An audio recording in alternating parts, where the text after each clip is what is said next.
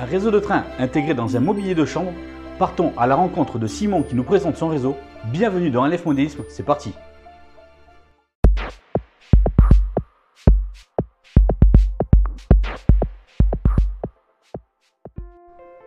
Bonjour et bienvenue dans LF Modélisme, votre chaîne qui vous parle de modélisme. Aujourd'hui, on se voit ensemble, nous partons à la rencontre de Simon qui a donc fait un réseau de trains modélisme incorporé dans le mobilier de sa chambre et ce, un projet qu'il a commencé depuis plusieurs années.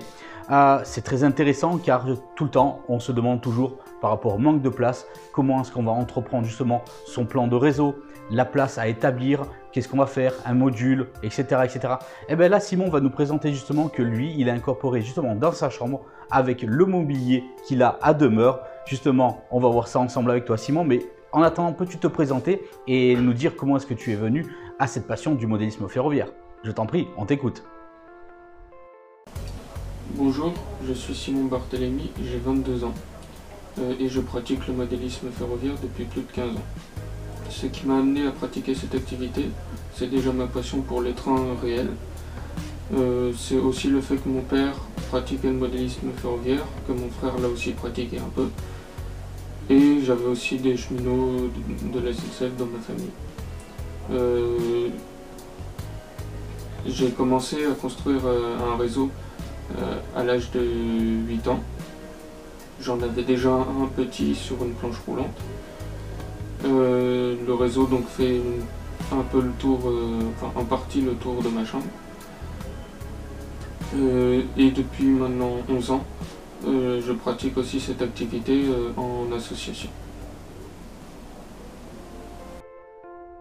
Merci Simon de t'être présenté. Mais justement, à présent, quelle échelle pratiques-tu? Peux-tu nous en parler de ton choix? Et surtout, présente-nous ton réseau justement. On a hâte de voir ça justement, inclus dans le mobilier de ta chambre. On voit ça ensemble, c'est de suite. Donc pour ce qui est dans le détail du réseau à chaud, alors c'est un réseau qui fait à peu près un demi-tour de la chambre.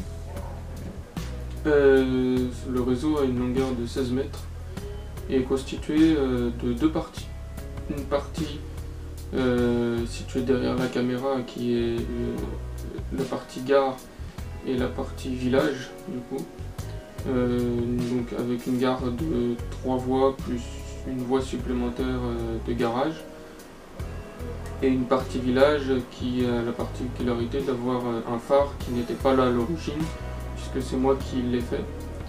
Donc c'est un phare qui s'allume avec une lumière qui clignote comme un peu pour les vrais phares. Et il y a la deuxième partie située là derrière moi qui est la partie hameau et nature. Avec forêt, rivière et donc ce hameau qui est le long de la voie. Il y a aussi une voie de garage dans laquelle les trains ne circulent pas parce qu'il y a quelques défauts d'alimentation. Pour le fonctionnement du réseau, donc c'est une centrale Pico Digi 1 qui assure l'alimentation du réseau en 16 volts. Elle est commandée par une télécommande. Donc le réseau étant digital, je me dois de mettre des décodeurs sur tous les trains pour pouvoir les faire circuler.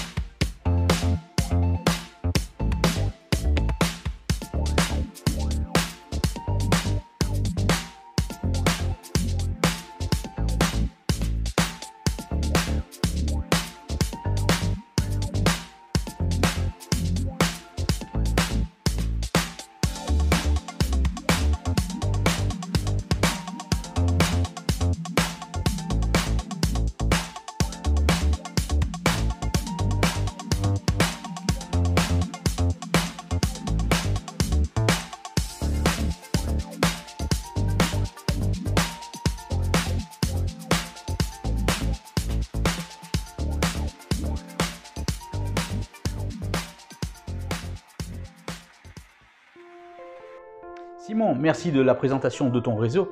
Mais justement, avec l'élaboration de ton réseau que tu as commencé donc depuis assez longtemps justement, est-ce que justement tu arrives à avoir des projets à court terme et à long terme en modélisme ferroviaire ou sur ton réseau tout simplement? Allez, on t'écoute. Donc pour les projets, déjà là je suis déjà sur un projet qui est en cours, c'est un projet de feu de signalisation. Alors il y en a déjà 2 sur le réseau, mais j'aimerais en faire un là pour le coup avec Arduino, que j'utilise maintenant beaucoup. Arduino me permet pour l'instant là de juste changer d'état le signal, mais juste donc de faire clignoter les lumières, enfin les faire allumer.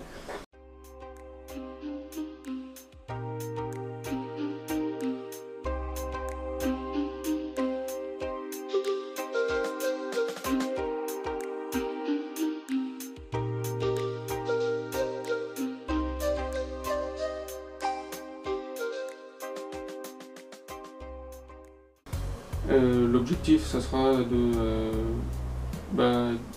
avec un capteur, et de faire en sorte que les trains soient détectés pour que le signal change d'état en fonction d'un canton occupé. Et pour les autres projets, il y a un autre projet avec Arduino, ce serait de faire un passage à niveau fonctionnel dans la partie gare et village. Enfin, d'autres projets comme éclairer les maisons et éclairer les rues avec des lampadaires en miniature ou même les quais. Après, tous ces projets dépendent aussi de mon temps libre, puisqu'actuellement je suis en recherche d'emploi, je fais pas mal de choses à côté.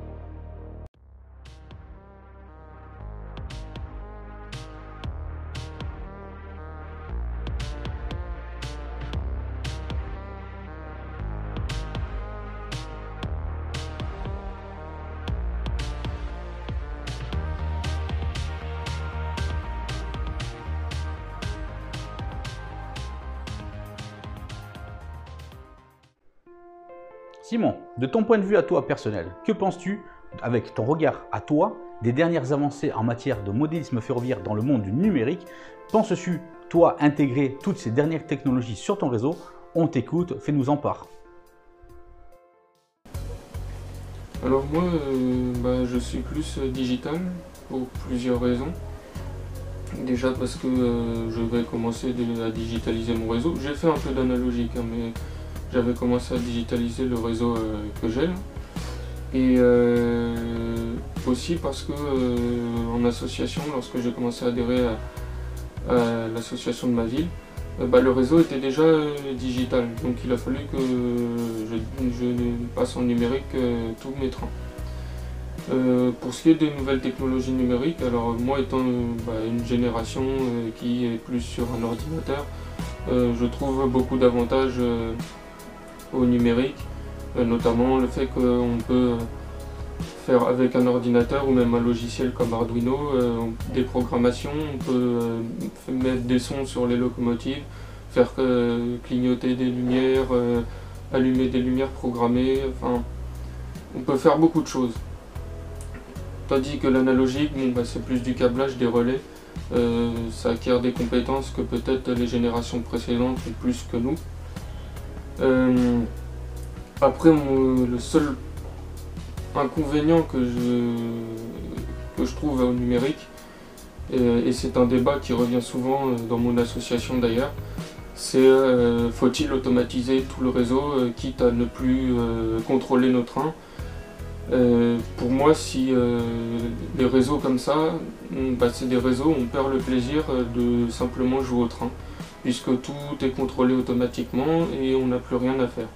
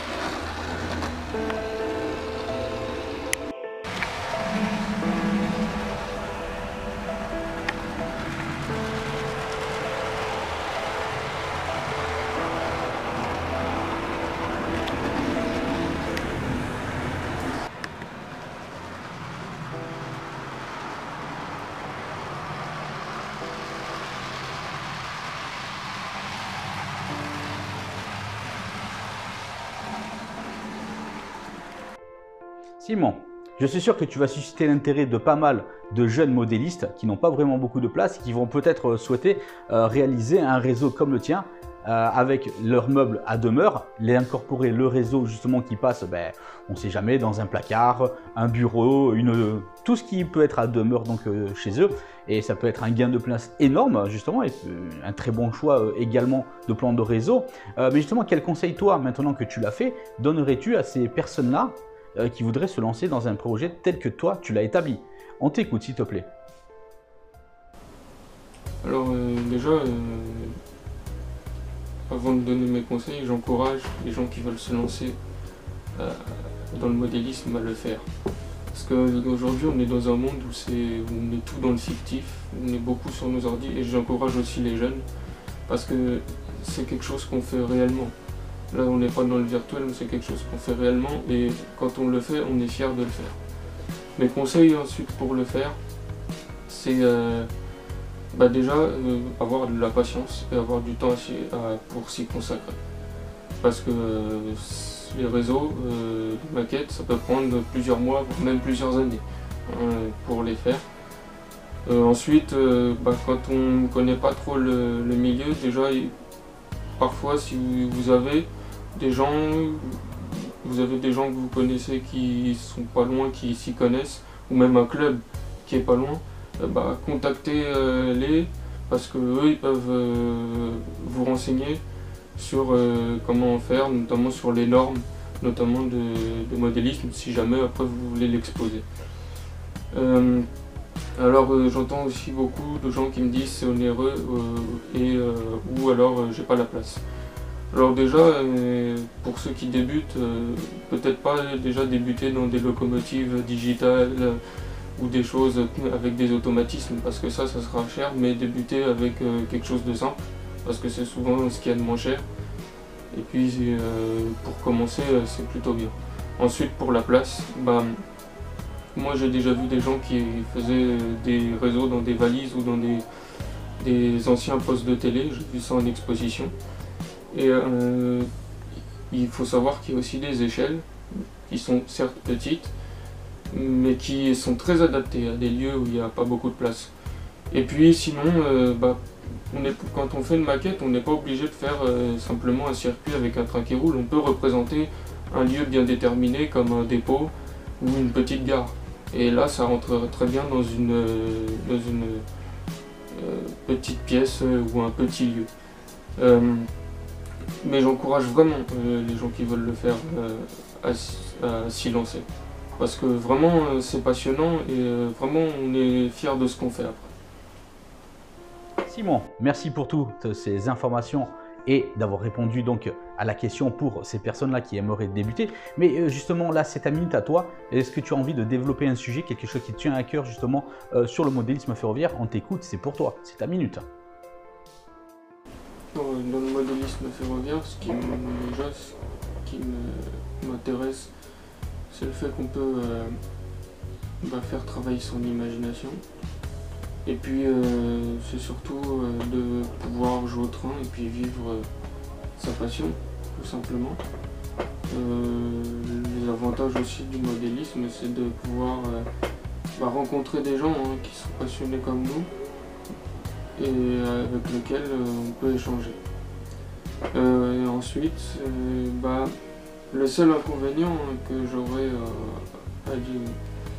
à dire sur l'activité du modélisme ferroviaire, c'est son aspect fermé. Moi j'espère beaucoup que ça va s'ouvrir à beaucoup de gens et en particulier à beaucoup de jeunes parce que j'ai trop vu cette image de monde fermé qu'était parfois le modélisme ferroviaire. Il a fallu du temps pour m'intégrer dans l'association où j'ai été. Et puis quand je vois que dans les expositions, les gens me disent ce que vous faites c'est super, que quand on expose avec le club, les gens sont toujours impressionnés par ce qu'on fait, je me dis qu'on mériterait mieux de s'ouvrir à tout le monde. Et ça permettrait aussi au modélisme d'évoluer et d'avoir de nouvelles générations. Parce que c'est ce qui manque, même s'il y a des jeunes, c'est ce qui manque encore aujourd'hui pour l'activité.